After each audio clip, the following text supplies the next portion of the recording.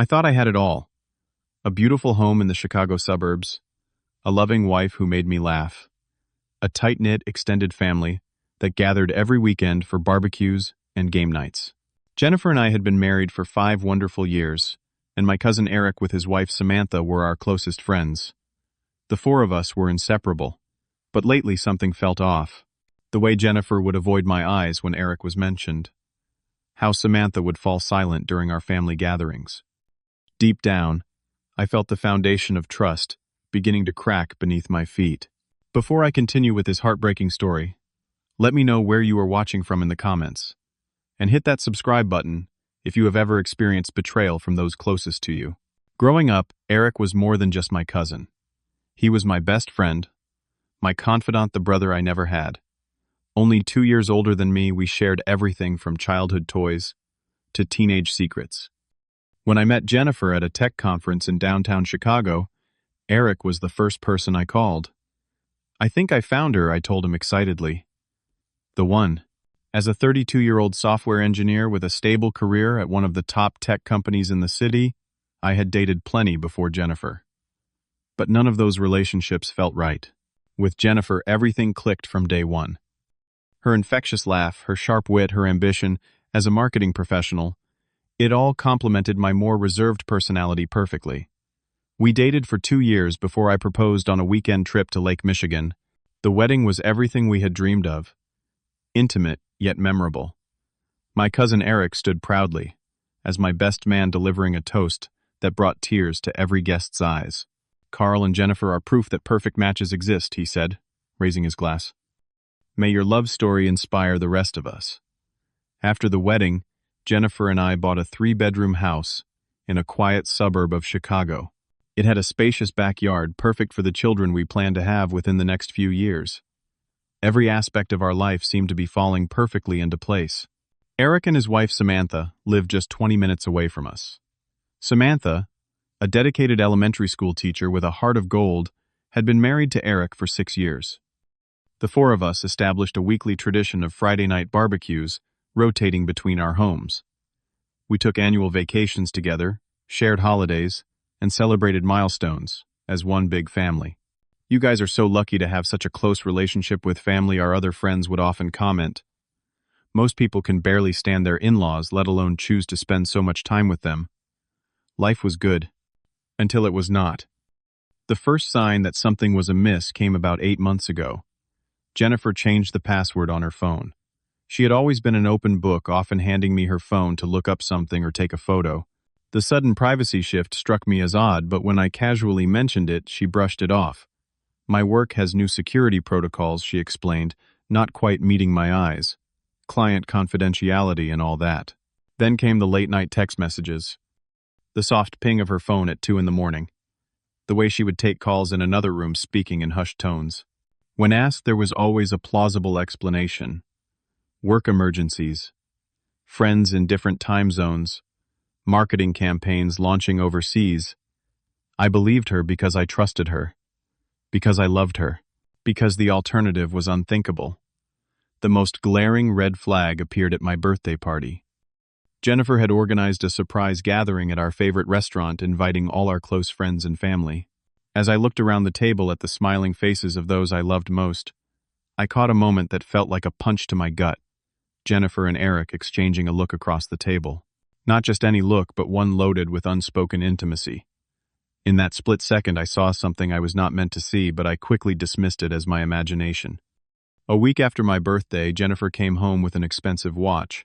When I asked about it, she claimed it was a gift from her company for leading a successful campaign. But something did not add up. Her company had never been that generous with bonuses, and the timing did not align with any project completion I knew about. "It must be nice to be so appreciated at work," I commented, studying her face for any sign of deception. "I got lucky," she replied, quickly changing the subject to dinner plans. I wanted to believe her. I needed to believe her. So I pushed down the growing unease and carried on with our seemingly perfect life, unaware that it was already crumbling beneath a foundation of lies. Life can change in an instant. For me, that instant came on a random Tuesday evening when Jennifer was in the shower. Her phone left unlocked on the coffee table lit up with a message notification. I had never been the type to snoop, but the name on the screen, EC, caught my attention immediately. Eric Collins. The message preview showed just enough missing you already. Last night was... My heart pounding, I picked up the phone. The full message read, "Missing you already. Last night was incredible. Cannot wait until Friday when Carl is at his conference. My place at 8. The world seemed to tilt beneath my feet. Dozens of similar messages filled their conversation history. Intimate details, secret meeting plans, complaints about their respective spouses. Some dated back months. Photos I could never unsee. The affair had been going on right under my nose with the person I considered a brother. I waited until Jennifer emerged from the bathroom, hair wrapped in a towel smelling of lavender shampoo. The normalcy of the scene making what I was about to say even more surreal. "Are you having an affair with Eric?" I asked, my voice eerily calm despite the storm raging inside me. Her face went through a series of emotions: shock, fear, denial, and finally when I held up her phone, resignation. "It is not what you think," she began, using the oldest cliché in the book. "Then what is it exactly?" I asked, still maintaining that unnatural calmness that comes just before complete emotional collapse. At first, she tried to minimize it. "It just happened a few times," she claimed. It was a mistake. When I confronted her with the timeline evident from their messages, she broke down. "It started 3 months ago," she admitted between sobs. "We were both at that marketing conference in Detroit. One thing led to another. 3 months," I repeated the words, tasting bitter. "While you were sleeping next to me every night. While we were planning our future. While we were trying for a baby." Her excuses poured out like a rehearsed speech. She claimed it was just physical, not emotional. That she had been feeling neglected because of my long work hours. That Eric had pursued her relentlessly. That she had been planning to end it. "I love you, Carl," she insisted, reaching for my hand. "It was just a mistake. We can fix this. We can go to counseling." I agreed to counseling not because I believed we could fix things, but because I needed time to process the magnitude of this betrayal.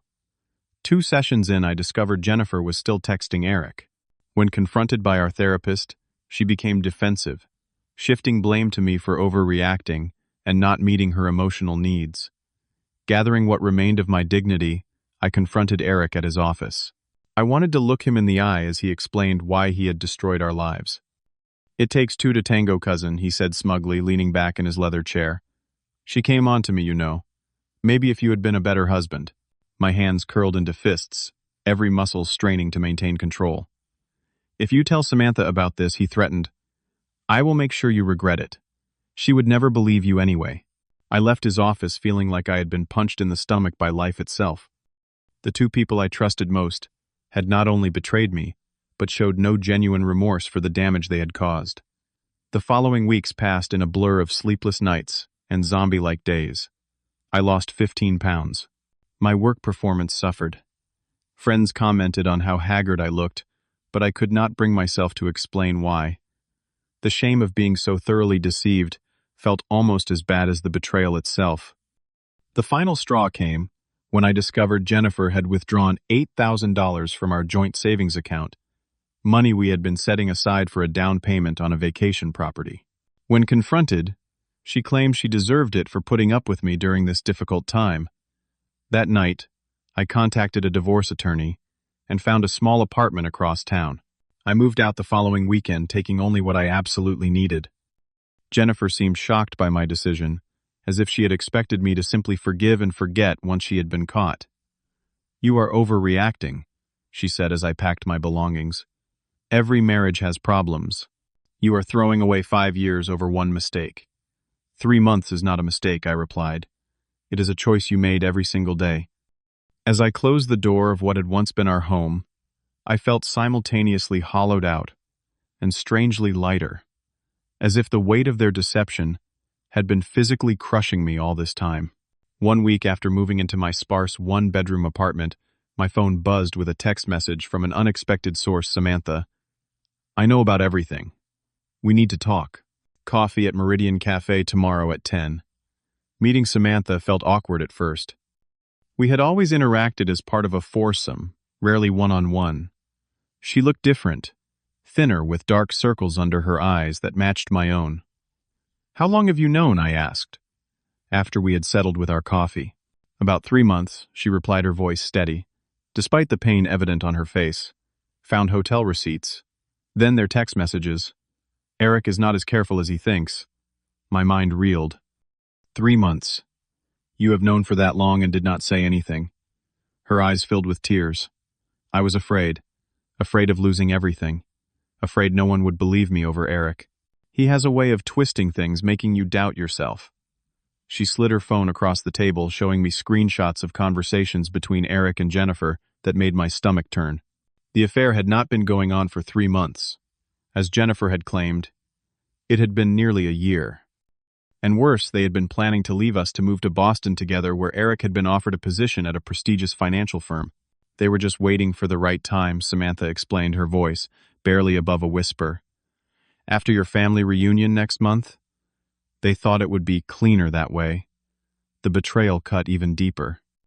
Not only had they cheated, but they had calculated, planned, and strategized the dismantling of our lives as if it were a business merger. The weeks that followed brought new challenges. Jennifer, upon realizing I was serious about the divorce, turned vicious. She demanded half of everything, including the inheritance I had received from my grandparents the previous year. Money that had never been part of our joint assets. Meanwhile, Eric had hired one of the top divorce attorneys in Chicago, threatening to leave Samantha with nothing. He claimed her teaching salary was insufficient to maintain her lifestyle, implying she had been a gold digger all along. He is trying to take the house, Samantha told me during one of our increasingly frequent phone calls. The house my parents helped us buy. He says since his name is on the mortgage, it belongs to him. Some family members, particularly Eric's parents, chose sides immediately. They had always adored Jennifer and found it hard to believe their son would do something so dishonorable. At a family dinner I reluctantly attended, my aunt pulled me aside. "Are you sure you are not blowing this out of proportion?" she asked. "Marriage is complicated. Jennifer says you have been distant, working too much." "Did she mention sleeping with your son while being married to me?" I replied, watching her face fall. The family split into factions. Some offered support and understanding, while others bought into the narrative that Jennifer and Eric had spun, that their affair was the result, not the cause, of problems in their respective marriages. The lowest point came during a family reunion that I attended only because my elderly grandmother had personally requested my presence. Eric, several drinks in, cornered me on the back porch. "You think you are so perfect," he slurred, pointing an unsteady finger at my chest. "Poor Carl, the victim. You never deserved Jennifer. She needed a real man." It took every ounce of self-control not to physically respond. Instead, I simply walked away, his taunts following me across the lawn. That same evening, I discovered Jennifer had been spreading rumors that I had been emotionally abusive during our marriage. A complete fabrication meant to garner sympathy and justify her actions. Driving home that night, I seriously contemplated moving to another state, starting fresh where no one knew me or my humiliating story. Samantha was facing similar isolation, with mutual friends taking Eric's side after he claimed she had been frigid and unsupportive of his career ambitions. "He froze our joint account," she told me, voice shaking. "I can barely make rent this month. His parents are telling our friends I am mentally unstable." We had both hit rock bottom, betrayed not only by our spouses but by a social circle that preferred comfortable lies over uncomfortable truths. The final breaking point came when Eric showed up at my apartment unannounced, pounding on the door at midnight. "You think you can turn Samantha against me?" he shouted through the door. "Open up, you coward." When I refused, he began threatening physical violence. The neighbors called the police, and Eric was escorted from the property. The following day, I filed for a restraining order, the final severing of a lifelong bond I had once treasured. Something shifts in you when you hit rock bottom. Either you continue to fall, or you find the strength to claw your way back up. For me, that shift came the morning after Eric's drunken visit to my apartment. I woke up with a clarity I had not felt since discovering the affair. This was not going to be my story. The pathetic cousin who was betrayed, and then faded into obscurity. I refused to give Jennifer and Eric that power over my life. First, I needed to protect what was rightfully mine. I hired James Miller, one of the best divorce attorneys in Chicago, known for his aggressive approach in infidelity cases. Though expensive, he was worth every penny. "Your inheritance is protected under Illinois law," he assured me after reviewing my financial documents. And with the evidence of her affair, she will not be getting the favorable division she expects. Armed with screenshots, testimonies from friends who had witnessed inappropriate moments and hotel receipts Samantha had collected, we built a solid case. When Jennifer realized her position was weaker than she had anticipated, she became more reasonable in her demands. Meanwhile, I reached out to Samantha offering to connect her with a lawyer friend who specialized in high-conflict divorces. "I cannot afford a good attorney right now," she admitted, when we met for coffee. "Consider it a loan," I insisted. "Pay me back when you are back on your feet. Eric should not get away with this." With my recommendation, Samantha secured legal representation that helped her protect her interests in the home her parents had helped them purchase. We shared evidence strengthening both our cases against our cheating spouses. Beyond legal matters, I helped Samantha land a teaching position at a private school that paid significantly better than her previous job.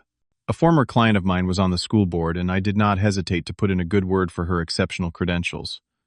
When our cases went before the judge, the evidence painted a clear picture. Jennifer's claims of emotional neglect fell apart under scrutiny, especially when faced with the timeline of her premeditated affair. The judge saw through Eric's attempts to portray Samantha as unstable, particularly after his drunken episode resulted in a restraining order. In the end, I retained my inheritance and received a fair division of our marital assets. Samantha kept the house, with Eric being ordered to refinance in her name only or sell and split the proceeds equitably. "You never would have won without Carl's help," I overheard Eric snarling at Samantha outside the courthouse. "Enjoy the victory while it lasts." While the legal battles concluded in our favor, the emotional recovery was just beginning. I started seeing a therapist, Dr. Maxwell, who specialized in betrayal trauma. "What you are experiencing is similar to PTSD, he explained during one session.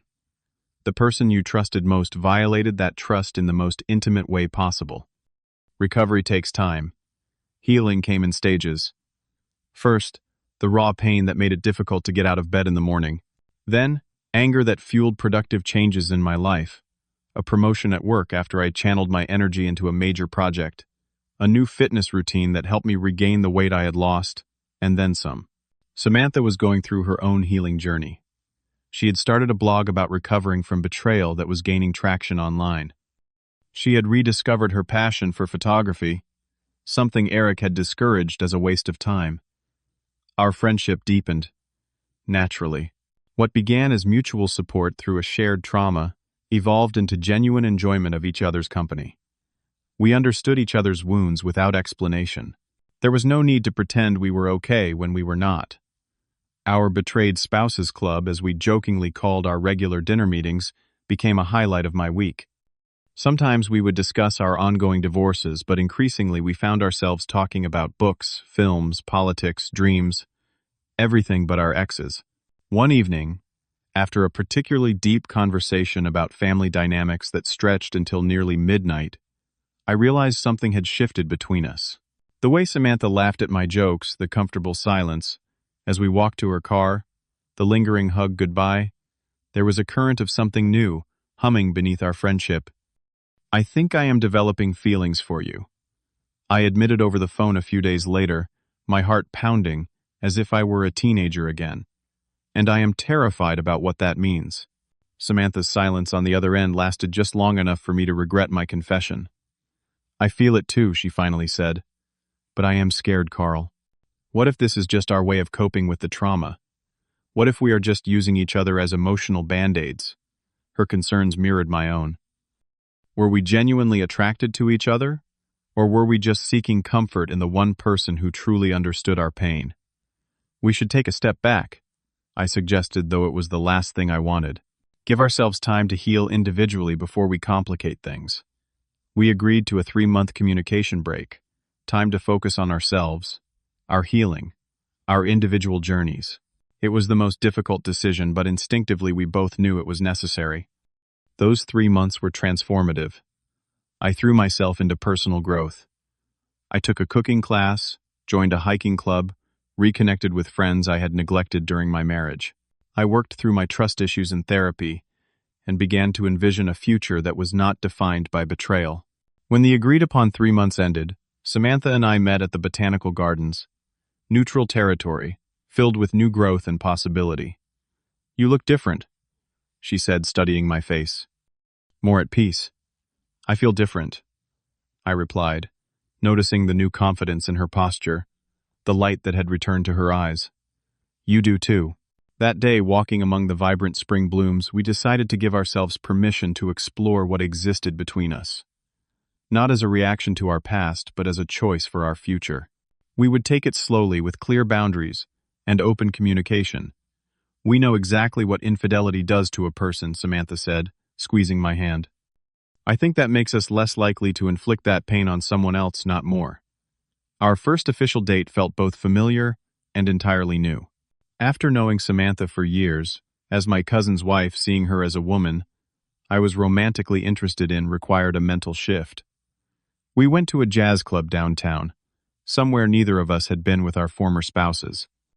"It feels like I am just now seeing you clearly," I told her as we sipped wine and listened to a saxophonist play a mournful melody. "All these years I never noticed how your eyes crinkle slightly when you laugh genuinely, or how passionate you become when discussing education reform. And I never realized what a good listener you are," she replied. Eric always interrupted before I could finish a thought. As weeks turned into months, we discovered compatibility that surprised us both. Despite having spent countless holidays and vacations together as couples, there were sides to each other we had never been allowed to see. Samantha's wry sense of humor had been suppressed around Eric, who preferred to be the center of attention.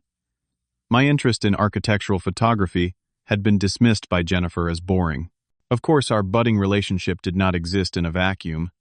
When word got out that we were dating, the reaction was swift and often unkind.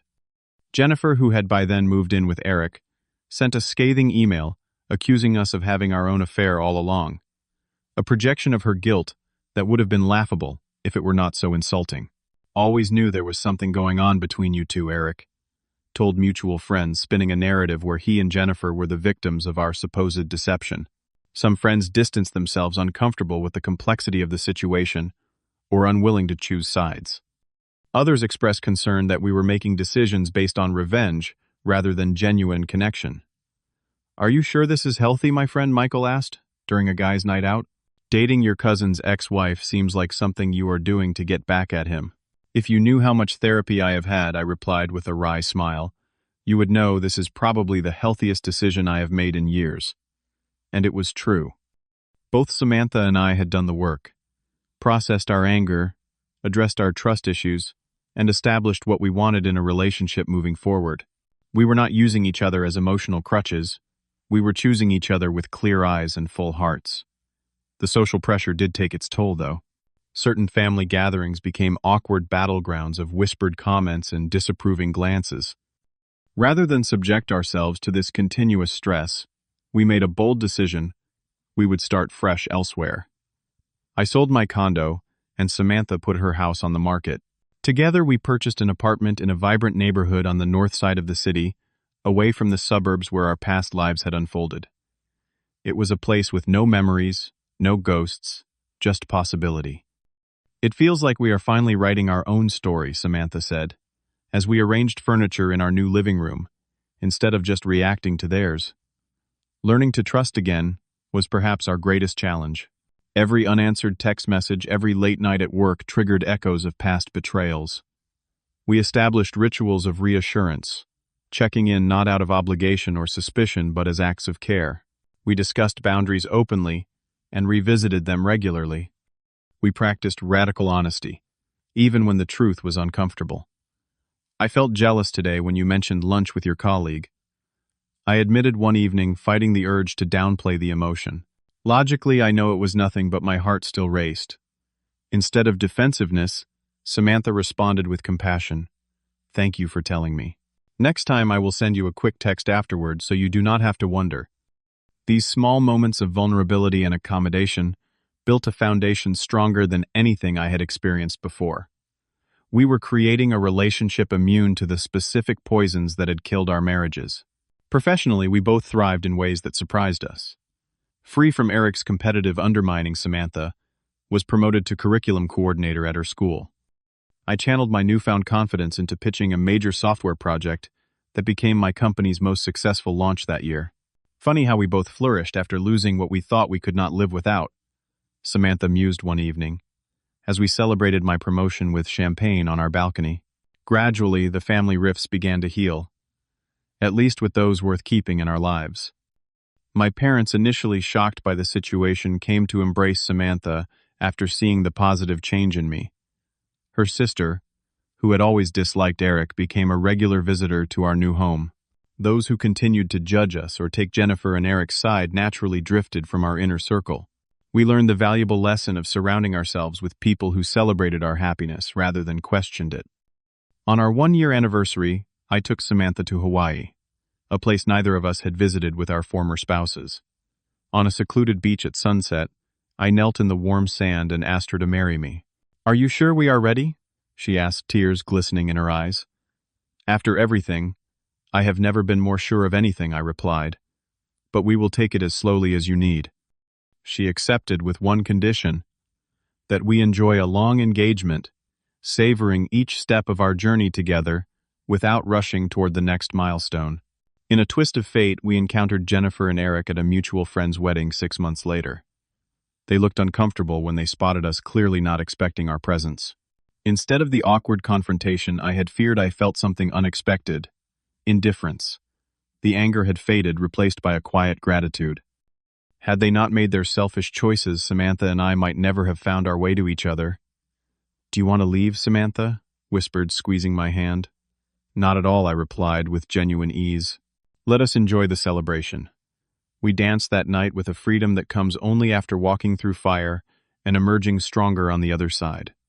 The past no longer had power over us. Today, Samantha and I are planning a small wedding ceremony in Vermont, attended only by those who have supported our journey. We have purchased a home in Wisconsin where I can work remotely, and Samantha has accepted a position at a progressive private school. The road from devastation to joy was not linear. There were days when grief would ambush me, moments when trust seemed impossible. But through patience therapy and the daily choice to move forward, we transformed what could have been merely a trauma bond into a partnership built on genuine love and respect.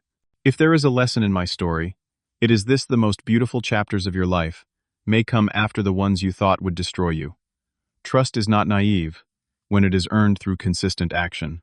And boundaries are not walls, but the foundations upon which respect is built.